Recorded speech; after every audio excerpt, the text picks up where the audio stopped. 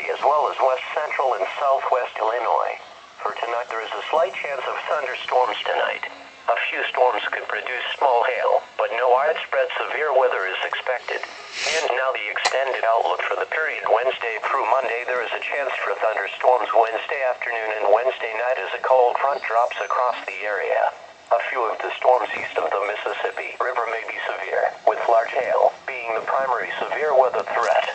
A chance of thunderstorms will continue Thursday through Saturday night. Spotter activation is not anticipated tonight. The current time is 3:52 a.m. Central Daylight Time. This is NOAA Weather Radio KDO 89 St. Louis, Missouri, operating on a frequency of 162.550 megahertz. We broadcast Weather Service Office.